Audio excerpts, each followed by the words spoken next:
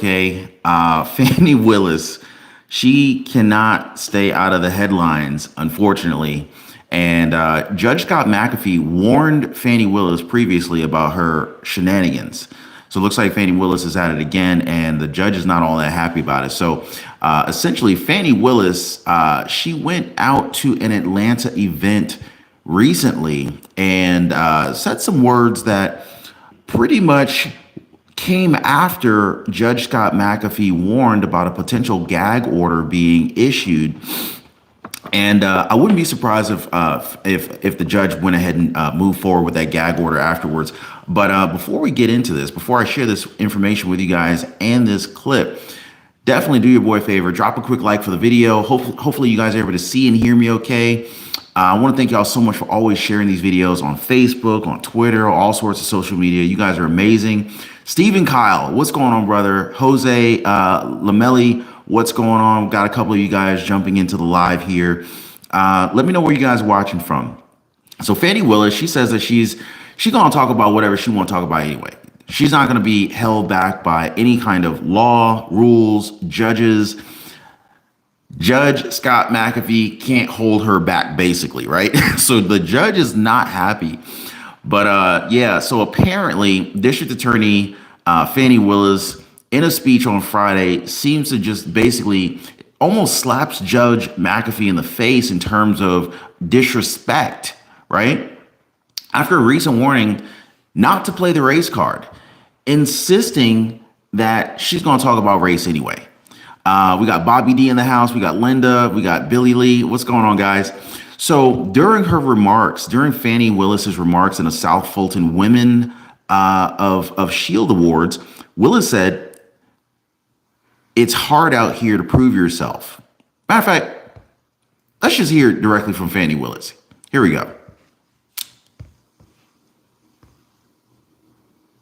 It's hard out here, always having to prove yourself 2 and 3 times. Hard out here, always having to prove yourself 2 and 3 times. Recently, they tell me they don't like me to talk about race. Well, I'm going to talk about it anyway. Ooh. Truth is, it's some challenges that... Fani Willis says, basically, Judge, I hear what you're saying, but I'm not in your courtroom right now, so I'm going to go ahead and do what I want to do. So, oh yeah. So it gets worse, guys. It gets worse. But let's talk about this. And you guys probably remember when Fani Willis was talking about the train is coming for Donald Trump, right? So it looks like actually the Trump train is coming, folks, as President Joe Biden continues to face problem after problem, right? Now, it would be an understatement to kind of say that Donald Trump has been set back by a lot of legal issues, right? I mean, that would be an understatement. At best, he's been hindered to a fault, but it's actually also put Trump's name in the front of media and millions of Americans across the country for free. Now, the polls are actually showing that American voters, they're now seeing Donald Trump as the answer to the mess that Joe Biden has accumulated for years. Now, comment down below. Is Donald Trump the answer to the mess that Joe Biden has created over the last several years? Just let me know what y'all think about that. I don't know if this poll represents our audience here, but I'd love to hear from you guys. So critics are now arguing that there's a lot of things that are worse under President Joe Biden, right? We got heightened inflation. We got rampant crime. Social Security is a big, huge mess with these overpayments. And let's not even get started on this whole southern border crisis, right? But despite all of this, supporters are saying that the Biden administration says that things are actually getting better. Do you guys think that things are getting better? Is anything getting cheaper out there? I mean, property taxes are higher, homeowners insurance, car insurance is higher, gas is higher, inflation is higher, but they're saying things are better. So maybe I missed something. Maybe y'all can let me know. Is anybody seeing less expensive mortgage payments or less expensive rent payments, less expensive property taxes? Let me know. Now, one of the supporters of these people who are actually saying that things are getting better is Jessica Tarlov, right? So Tarlov actually recently went on air to discuss the horrible numbers of President Joe Biden, right?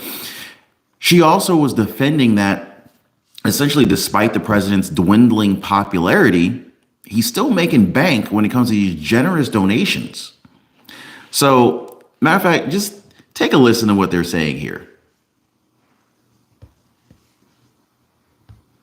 Welcome again. I want to put this on the board because this is Joe Biden's job performance numbers from now to 4 years ago. And you put these up, you can see now he's at 41%, April of 2021, 54%. As Nate Foy was just saying there, Jessica, boy, this fundraiser tonight is going to raise a bunch of money, $25 million, raising a lot of money, but he's really having a tough time raising those numbers. Well, he's actually doing a lot better than he was just a few weeks ago. I have a new piece up on foxnews.com about the polling that's come out since the State of the Union, and things have just been going in the upward direction for President Biden. The fundraising, obviously a huge piece of this. 24 hours after the State of the Union, $10 million, $25 million tonight. It's looking pretty good, while Donald Trump's campaign and certainly the RNC has really been struggling. So yes, at 41%, it's not as bad as it was. It certainly has room to grow. But I do think that we are on a better track. And we know, unfortunately, because of Citizens United and the way that elections exist in America, that money matters a lot. And so I'm thrilled to see that the president is bringing in these kinds of dollars. It's a sign of faith that grassroots donations as well as big donors believe in him and want to win in November, and I'm ready. Putting a happy face on this, she is. Wow. Okay. So as you guys heard, Leo Terrell was also up there. He brought up a very important point. So President Joe Biden can have $100 million in donations, but it's not necessarily even going to matter if the American people see him as a loser or as inefficient. And like I said a second ago, things are kind of bleak in the country under President Joe Biden right now. I mean, it's so bad that many Americans are now seeing very little of his achievements. In fact, around 40% of voters couldn't name a single accomplishment that the Biden administration has done within his term. But that was when these respondents weren't handed a list. Now, once a list of accomplishments were actually provided, only about 19% identified the economy as an accomplishment for the president. Now, I just want to hear from you guys. Would you say the economy has been an accomplishment that President Biden can brag about? Or is the economy worse off? I mean, I'm not trying to steer you guys. I just want to know what you guys think. Now, compared to Donald Trump actually got a positive response of 35% of voters compared to Biden's 19%. Now, one very important question was asked: whether Americans are better off today compared to 4 years ago. Now, 22% of respondents were actually saying yes. Pete is saying, no, we're worse off. Brian R. Henderson in the comments is saying, what, we're worse. Williams Rigsby says says howdy. But guys, look in the comments. Look what people are saying. Catherine Brandon saying that Jessica's getting sued for lying on air. Wow. So, anyway, so 22% of respondents are saying yes, but a staggering 52% of them are saying no, things are not better, right? So this means that a lot of voters from Trump's term are actually better off, or were better off compared to their lives under Biden's administration. Now, to make matters even worse for President Biden's campaign, only 37% of Democrat respondents agreed that things are actually better now. Like, that's a low number. 35% of them actually said that things look very much like how it was during Trump's last year in the White House. And so this means that more than 60% of the Democrats admit that things have actually gotten worse or have been stagnant these past few years. This is not good news for them. So this is why Tarlov, much like, majority of Biden's supporters in the mainstream media, they're highlighting how much money his campaign has. And they're doing this because this is basically all he has at the moment that he can actually brag about. Hey, I got more money than Trump, right? And so since that's what he can brag about, that's pretty much what they're leaning on. And they've had to kind of do this for a good minute. Right now, Biden is struggling with Black, Latino, and young voters. And there's also this threat from the third party groups like, Robert F. Kennedy Jr., that some are actually saying that they're saying that third party groups like Robert F. Kennedy Jr., they're going to take votes away from Joe Biden. Let me ask y'all, would you vote for Biden or would you prefer to vote for Robert F. Kennedy Jr.? Just type in who you would rather vote for, Robert F. Kennedy Jr. or Biden. If you only had those two to choose from, I'd just like to hear from you guys on that one. But still, the message is that the Biden campaign, it's loaded. They got all the money that they need, and they're going to use this money. They're going to use this financial advantage against Donald Trump. So, and this is why it looks even more like a coordinated effort to take Trump down, because they want to destroy his net worth. They want to destroy and remove and steal his assets so he can't campaign, because they knew that Donald Trump was looking to use at least, he kind of like allocated about $500,000 set aside to use toward his campaign.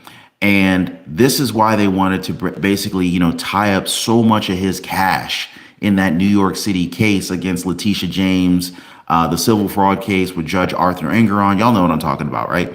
So at this point, they have around $100 million more compared to the Donald Trump campaign, right? And so this is why they're running ads in states that they expect to be competitive. They know that Donald Trump is a major threat to them, right? And so it's been reported, get this, guys, it's been reported that Democrats, they're now spending 4 times more compared to what Republicans are spending when it comes to these ads. Now, let me ask y'all right quick. You guys, a lot of you, let me know if you guys watch the channel regularly. If you do, let me know. Do you ever see Biden ads being played on the video? I'm just wondering if you ever see Biden ads being played on the videos. Because apparently they're spending 4 times more on ads than Republicans, because they're trying to get out there and they understand that Trump is a huge threat, in spite of the fact that they've been throwing all these different lawsuits at him. Trump just keeps swinging him out the park, and he hasn't quit. So the plan now is to overwhelm Trump with money and hope that the message sticks. Now, unfortunately, a very big message has been, oh, wow, Stormy says yes, frequently. Let's see. Kenneth W says, yes, it's terrible for the last 5 seconds too. Terry says, thank you for the news. You're welcome, Terry. So unfortunately, a very big message was sent to New Yorkers and the entire country when President Joe Biden chose to have a fundraiser in New York during the same time of a slain New York City NYPD cop's wake. Now, this was a bad PR move from President Joe Biden. I mean, think about this, right? You got the wake. So the wake was attended by former President Donald Trump, and this kind of like sets the difference between the two, right? So critics are actually arguing now that while Biden was rubbing elbows with the elites, right, and the former presidents, Donald Trump was actually trying to connect with the people. And as you guys may already know, Officer Jonathan Diller, he was killed by a guy who was a repeat offender, meaning that this guy was out on the streets, even though he had an extensive criminal history. But sadly, this is what Biden's America is looking like. And how do you campaign on that, right? And then how do you just like ignore this wake that is taking place in the very city that you're trying to raise money from and trying to get votes out of? Like, a lot of people are looking at Biden's complete lack of mention as being like just disrespectful. But what do you guys think about that? Because Trump showed up for the officer that was killed, but then but then Biden, he's in the same city raising millions of dollars. He just hops back on the plane and he's like, deuces, I'm out of here, y'all. Like, is that cool? Anyway, so here's the kicker in all this, guys. So the tunnel to Towers, what is it? The tunnel to Towers Foundation, they announced that they will be paying off the mortgage of Diller's home. So Diller is the slain police officer, the NYPD officer that was unfortunately put to rest recently. The Cop Shot organization, they actually pledged $10,000 toward his son's education. And his son, who he's only a year right now, he has no idea how much his life has just been changed. But the promise of Hope Foundation said that it will cover the funeral expenses, and the New York City Police Department and Fire Widows Fund is donating $50,000. More than $500,000 was actually raised for his family through GoFundMe. Now, obviously, you know, all the money in the world will not bring him back, but at least hopefully his family, you know, has the financial support to try to, you know, make it through this difficult time. But what do you guys think about this? Like, how this looks, you know, politically for the president, for Biden, right? Now, critics are saying that President Joe Biden raised $26 million with his fundraiser in New York that featured former presidents Bill Clinton and Barack Obama. Now, some people say Barack Obama, this is actually Barack Obama's third term. And if Biden wins, Barack Obama will have a fourth term, because a lot of people are saying that Barack Obama is actually controlling the strings of the Joe Biden puppet. What do y'all think about that? Do you think Obama is really the mastermind behind Joe Biden? Just let me know what y'all think in the comments down below. I don't know if that's an accurate assessment of what the public's thinking right now, what most people think right now. But to date, not a single dollar has actually been pledged to this man's family, who just lost a father due to the lawlessness in New York. So a lot of people are like really upset about Joe Biden with that. Like, how are you not trying to help this man's family? Meanwhile, Donald Trump, who's not even a president right now, has shown up and provided support. So a lot of people are saying it's not a good look. Yeah. So Molly Jean says, "Oh, Biden." Catherine Brandon says, "Obama Nation is 100." So I think a lot of people believe that that Biden, or that Obama, is actually running the strings behind the show.